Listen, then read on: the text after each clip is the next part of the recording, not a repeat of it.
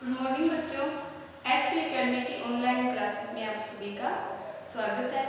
आज अपनी class 12th agriculture में बायोलॉजी का लेसन नंबर 2 जिसका पार्ट 3 पढ़ेंगे।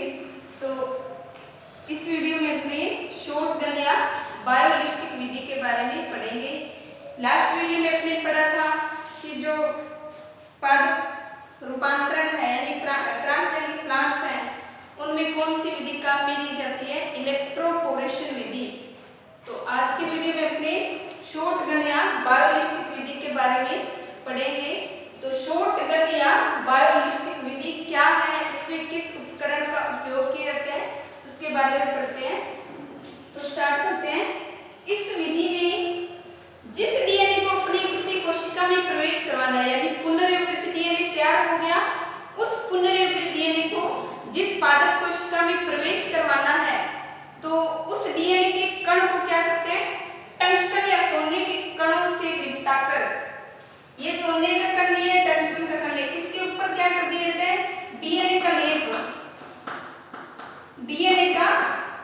लेप कर देते हैं, जिससे ये क्या डीएनए है वो इसके ऊपर इनका आवरण बन जाता है डीएनए का सोने या टंगस्टन के कणों पर। फिर एक माइक्रो प्रोजेक्टाइल्स कण कहलाते हैं। ये जो डीएनए लेपित टंगस्टन या सोने के कण होते हैं, अब उनको क्या कह देते हैं, माइक्रो प्रोजेक्टाइल्स कहते हैं, जब इन कणों को लपेट दिया जाता है डीएनए के घोल से। तो इन कणों को एक उपकरण है जिसका नाम है शॉटगन, उस गन की सहायता से पादप की कोशिका में प्रवेश करवाया जाता है और ये माइक्रो प्रोजेक्टाइल्स कहलाते हैं। इस गन के निम्न भाग होते हैं जो माइक्रो प्रोजेक्टाइल्स कणों को प्रवेश करवाने के लिए शॉटगन काम में ली जाती है। उसके कौन कौन से भाग होते हैं, तो सबसे पहले उसकी बनावट देखेंगे। इस तरह से ये शॉटगन बनी हुई होती है। यहाँ सम्मिश्रण डिस्क लगी होती है और ये वाला भाग है, इसे क्या कहते हैं, अपने अवरोधक पर्दा होता है। ये वाला, ये स्थूल वाहक, बीच में ये वाला भाग है, ये क्या है, स्थूल वाहक कहलाता है। और जो ये कण दिखाई दे रहे हैं ये डीएनए के सूक्ष्म कण है यानी माइक्रो प्रोजेक्टाइल्स कण है ये।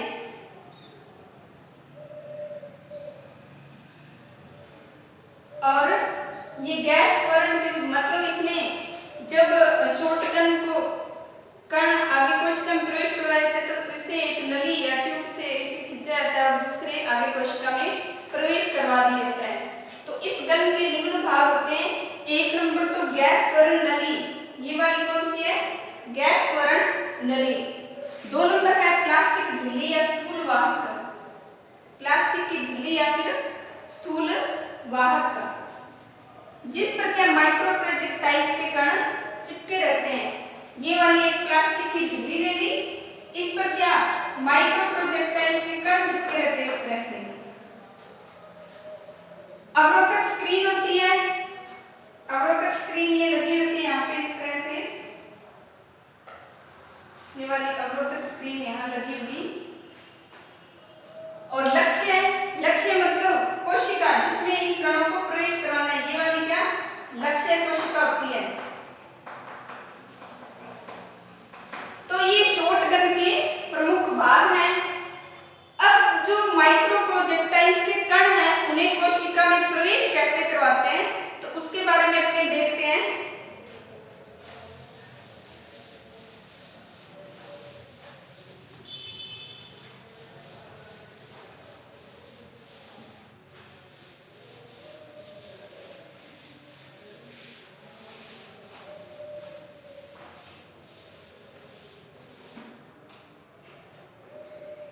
इस विधि में जो 1 माइक्रोमीटर व्यास के सूक्ष्म कणों पर डीएनए का, इस विधि में क्या करते हैं, 1 माइक्रोमीटर सूक्ष्म कणों पर डीएनए का लेप, सूक्ष्म कण होते हैं, किसके कण होते हैं, ये सूक्ष्म कण सोने या टंगस्टन के होते हैं, उन पर डीएनए का लेप कर दिया जाता है। सूक्ष्म कण करने के लिए सूक्ष्म कणों पर डीएनए का लेप करने के लिए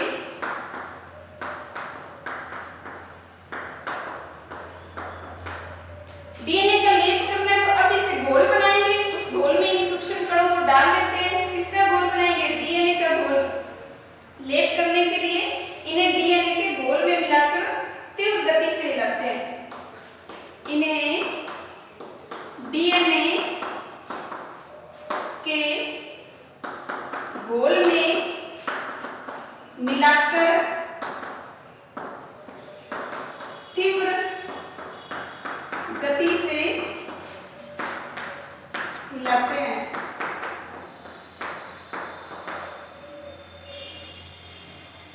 अब माइक्रो प्रोजेक्टाइल्स को डीएनए के अवक्षेपण के बाद सूखने देते हैं। अब जो डीएनए के कण हैं,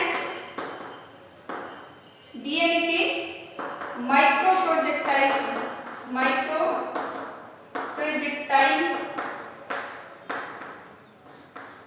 कणों को सूखने देते हैं।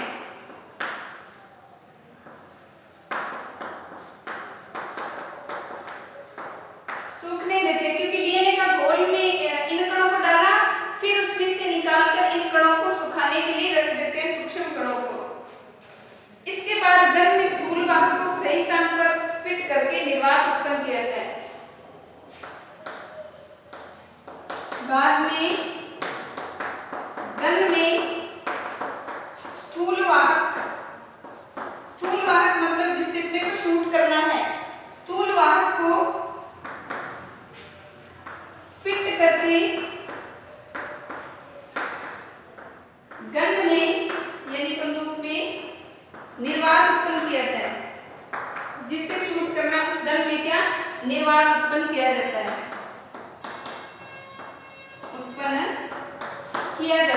तो निर्वात उत्पन्न करते हैं, तो अपने क्या उसके बाद में शूट करते हैं। इसलिए निर्वात उत्पन्न करके फिर क्या करते हैं, इसके नीचे क्या संविदारण डिस्क रख देते हैं। क्यों निर्वात उत्पन्न करते हैं? क्योंकि शूट करें और जो डिस्क लगी है उसके ऊपर जब शूट करेंगे तो वह फट जाए, और फटने के बाद उसमें से क्या कण मुक्त हो जाए डीएनए के।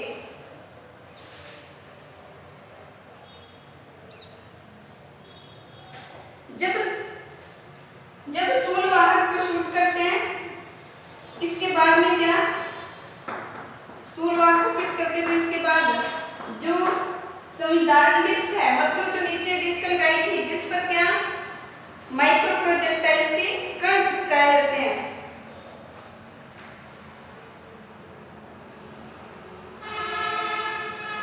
संविदारण डिस्क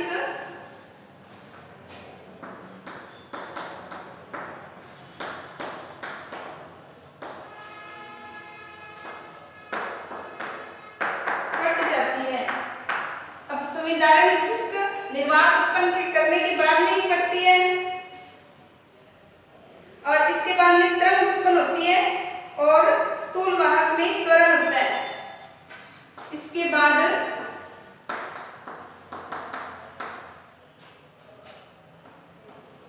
तरंग उत्पन्न होती है, क्योंकि घन को शूट करोगे तो उसके बाद में तरंग उत्पन्न होती है, और जो डिस्क फटी है उसमें क्या त्वरण उत्पन्न होने के कारण कण है वो मुक्त हो जाते हैं। जब स्थूल वाहक विरुद्ध स्क्रीन से टकराता है तो सूक्ष्म कण है वो स्क्रीन से गुजरकर, जब स्थूल वाहक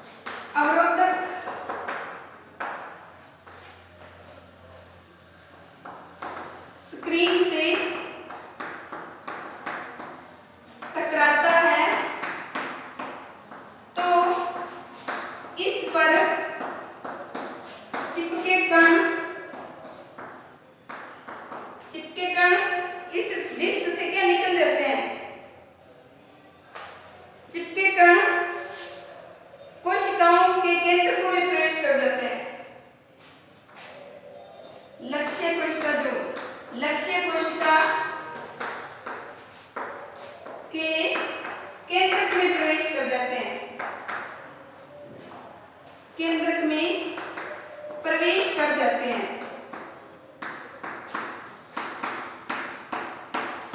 तो अपने क्या संविधारण जो डिस्क थी उसमें उसके आगे अपने जो स्थूल वाहक मतलब जिस पर डीएनए के कण चिपके थे उन्हें रखा। तो जैसे गन को शूट करते हैं, शूट करने के बाद ही जो संविधारण डिस्क है वो फट जाती है। फटने के बाद में वो किस पर दबाव डालती है, जो स्थूल वाहक है उस पर, और उस स्थूल वाहक पर जो कण चिपके होते हैं वो आगे दूर जाकर लक्ष्य कोशिका पर टकराते हैं और लक्ष्य कोशिका के बाद में वो किसमें प्रवेश कर जाते हैं, केंद्रक में प्रवेश कर जाते हैं।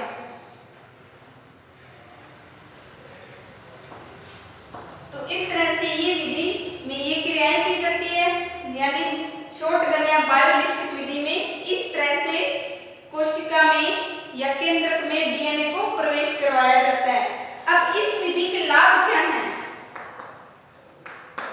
इस विधि के लाभ कौन कौन से हैं? यह सुरक्षित व साफ सुथरी विधि है। यह क्या? यह सुरक्षित व साफ सुथरी विधि है। साफ सुथरी विधि है। ये एक नंबर हो गया। 2 नंबर इसमें क्या है? यह पुनर्जनित ऊतक बनाने की विधि है। यह व्यवस्थित व प्रभावी पुनर्जनित ऊतक बनाने की विधि है।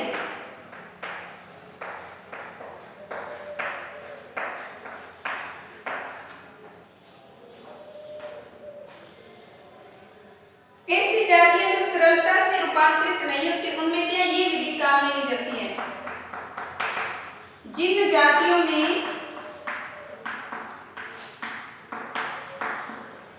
सरलता से रूपांतरण नहीं होता है, सरलता से रूपांतरण नहीं होता, उनमें ये विधि उपयोगी है। तो उनमें क्या इस बायोलिस्टिक विधि या शॉटगन विधि का उपयोग किया जाता है और ट्रांसजेनिक पादप तैयार किए जाते हैं। तो ये इस विधि के प्रमुख लाभ थे। अब इसके अलावा जो ये विधि है इसमें क्या कुछ हानियां भी हो सकती हैं, तो अपने उन हानियों को भी नोट करते हैं।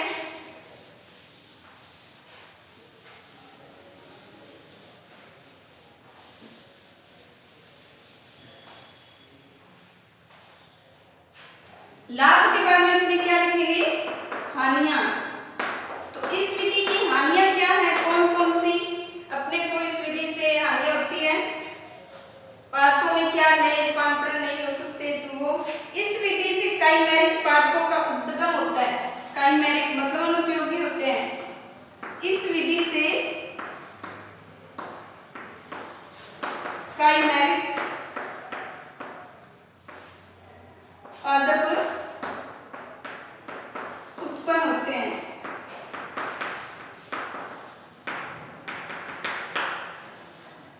तो ये एक तरह से हानि है। दूसरी हानि, प्रक्षेपण की गति पर नियंत्रण नहीं होता है। मतलब अगर शूट करते हो गन को तो उस पर नियंत्रण नहीं होता है। तो प्रक्षेपण की गति पर नियंत्रण नहीं होता है, नहीं होता है। प्रक्षेपण की गति पर इस द्वारा नियंत्रण नहीं किया जा सकता, जिससे लक्ष्य कोशिका को भी नुकसान होता है। उसके जो आवश्यक कोशिकाएं होते हैं वो भी फट जाते हैं, जिससे लक्ष्य कोशिका को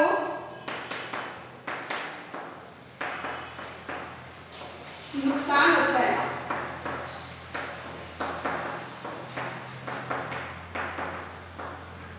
तो ये जो माइक्रो प्रोजेक्टाइल्स से या